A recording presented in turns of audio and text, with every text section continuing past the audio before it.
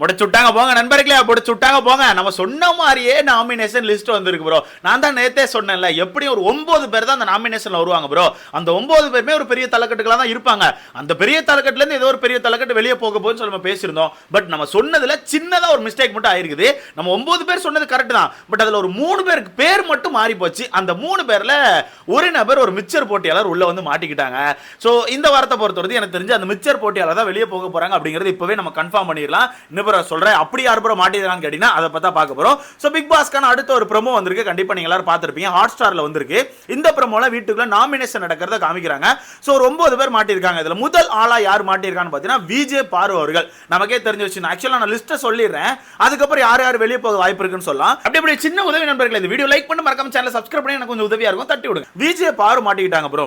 திவாகர் அவர்கள் இருக்காங்க, கமாருதீன் இருக்காங்க, அரோரா இருக்காங்க, எஃப்ஜே இருக்காங்க, அப்சரா இருக்காங்க, ரம்யா இருக்காங்க, கெமி இருக்காங்க, சபரி இருக்காங்க. மொத்தம் 9 பேர் இந்த நாமினேஷன்ல மாட்டிருக்காங்க. பட் நேத்து நம்ம பேசும்போது என்ன சொல்லியிருந்தோம், மிச்சர் போட்டியாளர்கள் உள்ள வரதுக்கான வாய்ப்பு கம்மி. அது மட்டும் இல்லாம அந்த டீலக்ஸ் ரூம்ல வேற அந்த நாமினேஷன் ஃப்ரீ பாஸ் இருக்கு பாதி பேருக்கு. அப்போ ஒரு சில பேர் தப்பிச்சிருவாங்க. இப்ப எல்லாமே பெரிய தலைக்கட்டுகள் தான் வந்து மாட்டோம்னு சொல்லி பார்த்திருந்தோம். பட் பிக் பாஸ் என்ன பண்ணிட்டாருன்னா, வீட்டுக்குள்ள ஒரு டாஸ்க் மாதிரி வச்சு டீலக்ஸ் ரூமுக்கு 3 பேர் அனுப்பி வச்சிருக்காரு. எப்படி அந்த டீலக்ஸ் ரூம் வந்து 2 பேர் இங்க எடுத்துட்டு பிக் பாஸ் ஹவுஸ்ல இருந்து 3 பேரை டீலக்ஸ் ரூமுக்கு அனுப்பி வச்சிருக்காரு. அதனால நாமினேஷன் இது வந்து கொஞ்சம் குழம்பி இருந்திருக்கு. சரி ஓகே, யார் இப்ப வெளியே போறதுக்கான வாய்ப்பு இருக்கு அப்படிங்கறத பாத்துறலாமா? ஃபர்ஸ்ட் நம்ம விஜே பாரு இருக்காங்கல்ல, விஜே பாரு வெளியே போக வாய்ப்பு இருக்கான்னு கேட்டீங்கன்னா வாய்ப்புகளே கிடையாது. வாய்ப்புகளே கிடையாது. என்னதான் நான் விஜே பாருவை கழுவி ஊத்தினாலும் விஜே பாரு தான் இங்க கண்டென்ட் கொடுக்குறாங்க. அதை ஒத்துக்கிட்டு தான் ஆகணும். ஓகேவா? சோ விஜே பாரு தான் அங்க எங்கமா கண்டென்ட் பிறகு கொடுத்துட்டு இருக்காங்க. அந்த வகையில விஜே பாரு இந்த வீட்டுக்குள்ள இல்லைன்னா நமக்கு கண்டென்ட்டே கிடையாது. கண்டென்ட்டே கிடையாது. சும்மா இவனை உட்காந்து மிச்சர் சாப்பிட நம்ம பார்க்க வேண்டியிருக்கோம். ஓகேவா? ஸோ அந்த வகையில் விஜே பார்வை பொறுத்தவரைக்கும் நம்ம கண்டென்ட் கொடுத்துட்டு இருக்காங்க. மக்கள் அவ்வளோ சீக்கிரத்தில் விஜே பார்வை வெளியே எடுக்க மாட்டாங்க. ஒன்று. அடுத்தது கமாருதீன். ஸோ கமாருதீன் மேலே எனக்கு ஒரு சின்ன டவுட் இருந்தாலும், ஆனால் கமாருதீன் வெளியே என்ன பண்ணிட்டு இருந்தாருன்னு சொல்லி யோசித்து பார்க்கும்போது அவர் வெளியவே போக மாட்டார் அப்படிங்கிறது நம்மளால கன்ஃபார்ம் பண்ண முடியும். ஒன்று, அவர் விஜய் டிவி ப்ராடக்ட். ரெண்டாவது, வெளியே அவர் கடைசியாக பண்ணிட்டு இருந்த அந்த சீரியல் இருக்குல்ல, அது பயங்கர ட்ரெண்டாக போயிட்டு இருந்து அந்த சீரியல்ல இவருக்கு நல்ல பேர் கூட கிடைச்சிருந்திருக்கும் போல. அதனால அது மூலமா நல்ல ஃபேன்ஸ் சம்பாதிச்சு வச்சிருக்காரு. அதனால என்ன பொறுத்தவரைக்கும் கமாருதீன் இந்த வீட்டை விட்டு வெளியே போறதுக்கான வாய்ப்புகள் ரொம்ப கம்மி. பட் இந்த வாரத்தை சொல்றேன், அடுத்தடுத்த வாரங்கள் வந்து கொஞ்சம் யோசிக்க வேண்டிய விஷயம் தான். ஏன்னா இவர் பேசுற விஷயங்கள்லாம் அப்படிதான் இருக்கு. ஒருத்தருக்கும் புரிய மாட்டேங்குது, என்ன தலைமை பண்ணிட்டு இருக்காப்ல. சோ கமாருதீன் இந்த வீட்டை விட்டு வெளியே போறதுக்கான வாய்ப்புகள் கம்மி. அடுத்ததா அரோரா. டூ டூ டூ டூ டூ டூ டூ டூ டூ டூ நம்ம இதை பேசிட்டு இருந்தோமா, டூ டூன்னு வீட்டுக்குள்ள அந்த ஸ்வாப்புக்கான டாஸ்கே டூ டூன்னு கொடுத்து வச்சிருக்காங்க. நம்ம சேதனனுக்கான டைலாக், அதை அந்த டாஸ்க்கை பத்தி நம்ம அடுத்த பார்க்கலாம். சோ அரோரா அவர்கள் வெளியே போக வாய்ப்பு இருக்கான்னு கேட்டீங்கன்னா வாய்ப்பே இல்லைங்க. வாய்ப்பே இல்லை. ஏன்னா எல்லா வகையான கண்டென்ட் மக்களுக்கு தேவை, ஷோக்கு தேவை. அந்த வகையில் கண்டிப்பாக அரோரா அவர்கள் வெளியெடுக்க மாட்டாங்க. அரோரா அவர்களுக்கு எங்கே இருந்தாச்சும் ஓட்டுகள் வந்துடும் ப்ரோ. நம்ம நினைக்கிற மாதிரி கிடையாது. எங்கே இருந்தாச்சும் போச்சுட்டு வந்து ஓட்டுகள் விழுந்துரும். ஸோ அந்த வகையில் அரோரா அவர்கள் வெளியே போகிறதுக்கான வாய்ப்பே கிடையாது.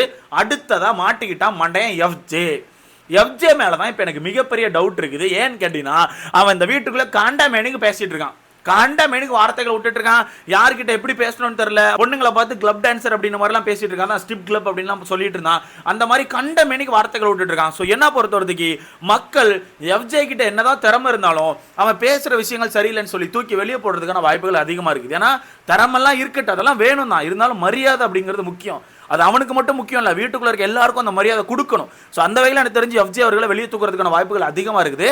அடுத்ததான் நம்ம அப்சரா அக்காவை பத்தி நான் நெகட்டிவா சொல்றதுக்கு எதுவுமே இல்லை, பாசிட்டிவா சொல்றதுக்கும் எதுவுமே இல்லை. அக்காவோட கிராஃப் வீட்டுக்குள்ள எப்போ எப்படி வந்தாங்களோ அப்படியே தான் இருக்கு. அக்கா இந்த வீட்டுக்குள்ள யாருக்கும் கெட்டதும் நினைக்கல, யாருக்கும் நல்லதும் நினைக்கல. அந்த வகையில் எனக்கு தெரிஞ்சு தெரியலங்க, அப்சரா அவர்களை தூக்குறதுக்கான வாய்ப்புகள் அதிகமா இருக்குது. ஸோ டபுள் எவிக்ஷன் அப்படின்னு பார்க்க போனீங்கன்னா அப்சரா எஃப்ஜே 2 பேரை நான் இந்த இடத்துல அடிச்சு சொல்லுவேன். ஏன்னா வேற யாரும் வெளியே போறதுக்கான வாய்ப்புகள் இல்லைன்னு சொல்லி தோணுது. அந்த வகையில் அப்சரா அவர்கள் தான். நான் முன்னாடியே சொன்ன மாதிரி தான். அக்காவை பொறுத்தவரைக்கும் அக்கா மேல எனக்கு ஹர்ட்லாம் கிடையாது. யாரு நம்ம அப்சரா அக்கா மேல எனக்கு ஹர்ட்லாம் கிடையாது. ஆனா அக்கா அந்த வீட்டுக்குள்ள வந்ததுலேருந்து ஒரு செட் ப்ராப்பர்ட்டி மாதிரி தான் உட்காந்துருக்காங்க. ஒண்ணுமே இல்லை, அசைவே இல்லை, சத்தமே இல்லை, கண்டென்ட்டே இல்லை. ஸோ அந்த வகையில் அப்சரா அவர்கள் வெளியே போறதுக்கான வாய்ப்பு இருக்குது. அடுத்ததான் நாமினேஷன்ல இருக்குது ரம்யா ஜோ அவர்கள். ரம்யா ஜோவுமே இப்போ அதிகமாக நடிக்கிற மாதிரி ஃபீல் ஆகுது. இப்போ நான் கூட அந்த மயங்கி விழுந்த ஒரு விஷயம் இருந்துச்சு, இப்போ எடுத்து கூட பேசியிருந்தோம் 2 வீடியோக்கு முன்னாடி. வீட்டுக்குள்ள சாப்பிடாம காலையில் மயங்கி விழுந்துட்டாங்கன்னு சொல்லிட்டு. பட் அதை மக்கள் நிறைய பேர் வந்து எனக்கு விவரிச்சு சொல்லியிருந்தாங்க. ப்ரோ நேற்று நைட்டே அவங்க இதை பிளான் பண்ணி வச்சிருக்காங்க. ப்ரோ நேற்று நைட்டே இதை பிளான் பண்ணி இந்த மாதிரி எதாவது பண்ணா ஓட்டு போட மாட்டாங்க, நாமினேஷன் நாமினேஷன் வரமாட்டோம், சரி பாவம்னு சொல்லி விட்டுருவாங்கன்னு சொல்லி நேற்று நைட்ல இருந்து பிளான் போயிட்டு இருக்கு ப்ரோ. அவங்கள நம்பாதீங்க ப்ரோன்னு சொல்லிட்டு இருக்காங்க. எனக்கே அதுக்கப்புறம் தான் தெரியுது, ஆஹா இவ்வளோ பிளான் போயிருக்கான்னு சொல்லிட்டு. அந்த வகையில் எனக்கு தெரிஞ்சு ரம்யா ஜோ அவர்கள் தெரியல மக்கள் எப்படி யோசிக்கிறாங்கன்னு சொல்லிட்டு, பட் ஒரு வகையில் கண்டென்ட் கிவராகவும் இருக்காங்க. ஸோ யோசிச்சு பார்க்கலாம் நண்பர்கள், கொஞ்சம் யோசிச்சு பார்க்கலாம் சரியா.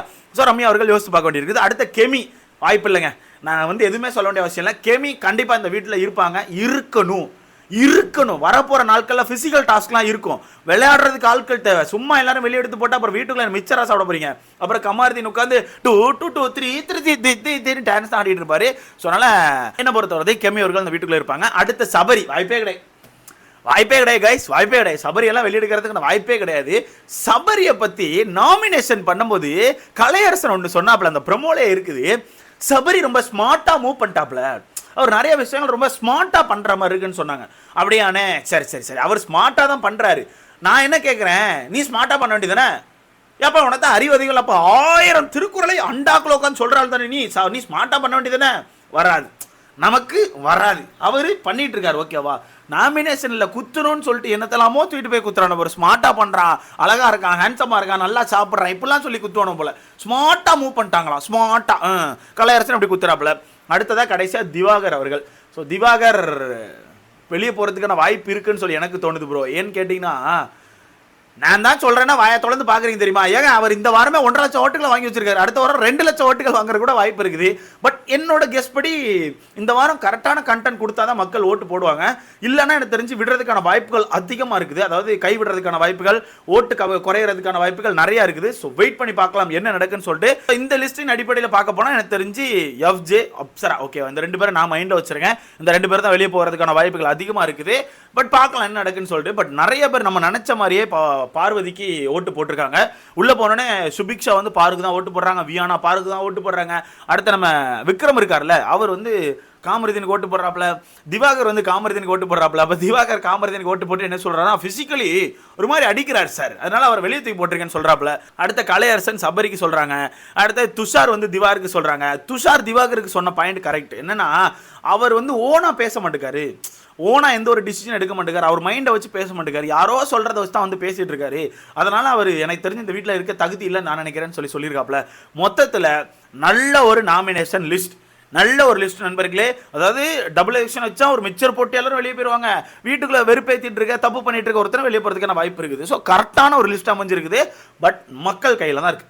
மக்கள் எப்படி ஓட்டு போட போறீங்க, என்ன மாதிரி இதை கொண்டு வர போறீங்க, யாரெல்லாம் உள்ள வைக்க போறீங்க, யாரெல்லாம் வெளியே எடுக்க போறீங்க அப்படிங்கிறது உங்க கையில தான் இருக்குது. ஸோ திரும்பியும் கடைசி ஒருத்தரை கேட்கிறேன், 9 பேர் நாமினேஷன்ல இருக்காங்க. பாரு, கமாருதீன், அரோரா, எஃப்ஜே, அப்சரா, ரம்யா ஜோ, கெமி, சபரி, திவாகர் 9 பேர் நாமினேஷன்ல இருக்காங்க.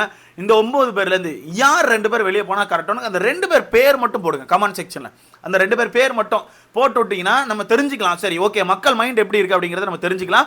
ஸோ மறக்காம கமெண்ட் போடுவீங்கன்னு நினைக்கிறேன். ஸோ மறக்காம கமெண்ட்டை தட்டி விடுங்க. ஸோ வீடியோ லைக் பண்ணிக்கோங்க, சேனலை சப்ஸ்கிரைப் பண்ணிக்கோங்க. எனக்கு ஒரே ஒரு விஷயம் மட்டும் குழப்புது ப்ரோ. என்னன்னா, திவாகருக்கு ஏதாச்சும் பிரச்சனை இருக்கா? திவாகருக்கு வந்து உண்மையாவே ஏதாவது பிரச்சனை இருக்கா? ஏன்னா இந்த வீட்டுக்குள்ள என்ன பிரச்சனை நடந்தாலும் இல்லை ஏதாவது ஒரு டாபிக் பேசினாலும் எல்லாத்துக்குமே தீர்வு கொடுக்கறது விஜய் பார் தான் அப்படின்னு சொல்லி ப்ரமோட் பண்ணிட்டே இருக்காரு. எதுக்கு?